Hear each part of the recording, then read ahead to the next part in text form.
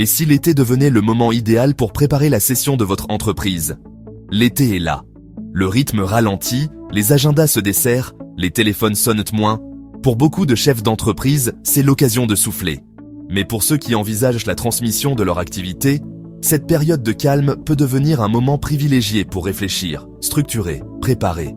Céder son entreprise n'est pas une décision que l'on prend à la légère. C'est un processus exigeant, à la fois rationnel et émotionnel, qui mérite du temps, de la méthode et du recul. Ce recul, l'été vous l'offre naturellement.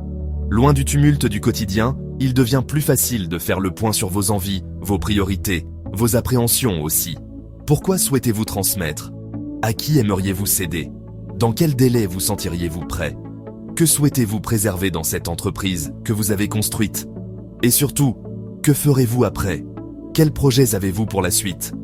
Quelle place voulez-vous laisser à cette activité dans votre vie, une fois la page tournée?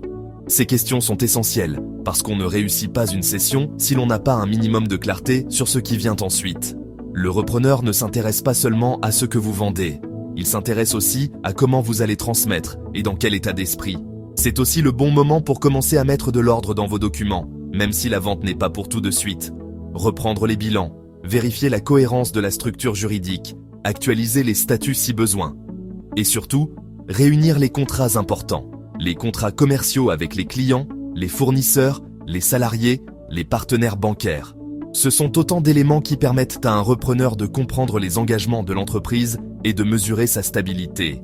Ce travail discret, souvent repoussé, est pourtant un facteur de fluidité et de confiance dans les discussions. L'été vous donne aussi l'espace pour regarder votre entreprise autrement.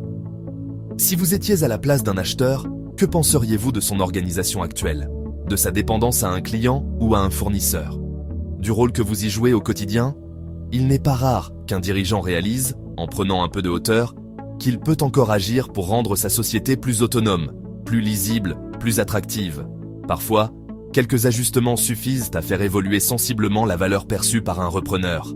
C'est enfin une période propice pour échanger, discrètement, avec un professionnel de la session. Un simple entretien informel peut déjà vous permettre d'y voir plus clair. Quelle est la valeur potentielle de mon entreprise? Quels sont les scénarios possibles? Quelle durée prévoir entre les premiers échanges et la signature? Quelle place pourrais-je garder ou non dans la phase de transmission? Ces échanges, même exploratoires, donnent des repères concrets pour avancer. Préparer la cession d'une entreprise ne se résume pas à fixer un prix. C'est un projet à part entière, un passage de relais, parfois un changement de vie. Et comme tout projet important, il mérite une préparation à la fois méthodique et personnelle. L'été ne permettra pas de tout faire, bien sûr, mais il peut vous offrir ce que vous manque souvent le reste de l'année. Du temps pour penser juste, pour structurer les premières étapes, pour vous recentrer sur l'essentiel. Alors, pendant que d'autres déconnectent, pourquoi ne pas consacrer quelques heures à prendre une vraie avance? Et si vous ne savez pas par où commencer, je suis à votre disposition pour en parler en toute confidentialité.